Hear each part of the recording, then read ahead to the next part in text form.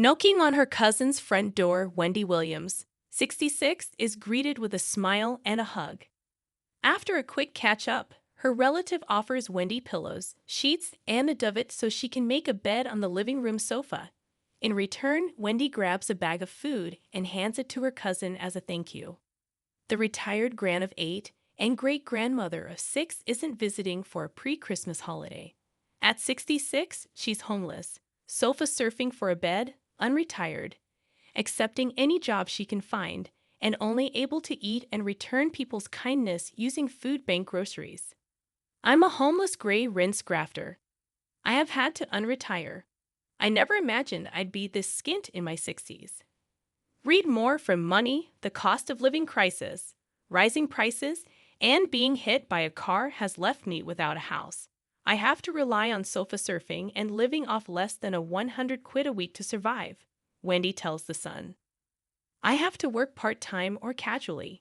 It's the only way I can save enough money for a deposit not on a house to buy, but simply a single room to rent in a shared house. I am reliant on food bank parcels just to eat. But whenever I find casual work, I smile and focus only on the job, she says.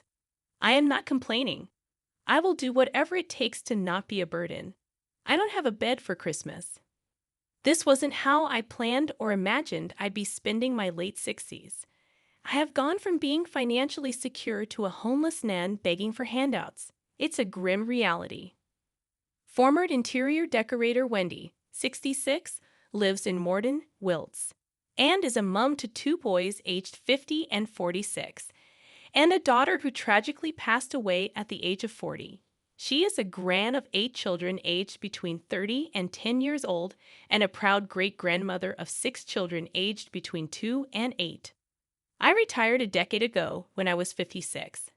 I thought I'd never have to work again or worry about money. Now everything has changed, she says. The only way I can survive is work until I die. That's just to afford a room in a shared house. That's my goal for 2025. I never thought I'd be living this way at the age of 66. I went from being financially secure with 2 homes to living on £81 a week. I still haven't been broken though. There are no holidays, world cruises, or long lunches in my future. Unretiring is my life now. I know it's grim, but I have to find a positive way to move forward. That's why I work and refuse to give up. I won't be a burden. I don't want sympathy.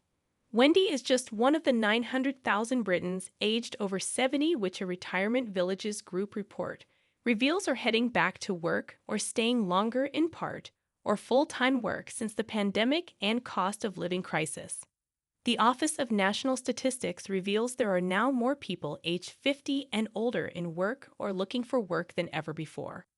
According to the ONS, between April and June 2022, the number of people aged 65 years and over in employment increased by a record 173,000 to a staggering 1.468 million, making it a record.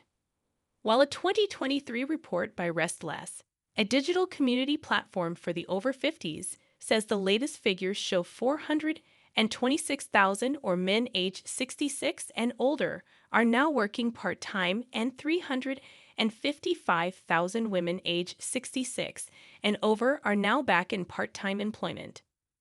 That means Wendy is just one of the almost a quarter or 22% of women who are being forced to work just to keep a roof over their head. I worked all my life. I did everything right. It is why I am sharing my story, says Wendy. My first marriage ended in divorce in 1985 when I was 27. I was a single mom and running a successful interior design business in Worcestershire.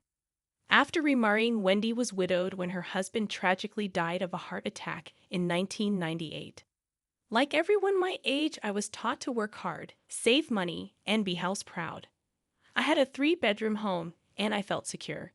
I didn't stop working, she says. I was meticulous about planning for my retirement. My house would mean I had equity available for release in my old age. I knew I would have a state pension, and I was working hard on my business. I have always been entrepreneurial, she says. I had planned to retire to Turkey and bought a 2-bedroom bolt house there for £28,000. That's when property was cheap in that country. After retiring, Wendy rented out her three-bedroom home in England and began a new life in her Turkish bolt hole. The cost of living there is very cheap. I had lovely friends. I was working part-time as a travel agent. It was perfect and always sunny, she says. I felt financially secure. I never imagined I would be spending winter 2024 homeless in England using food banks. In September 2019, Wendy's life changed when she was hit by an uninsured drunk driver on the road near her Turkish home. My right leg was shattered, an artery in the leg was severed, and there were 5 serious breaks.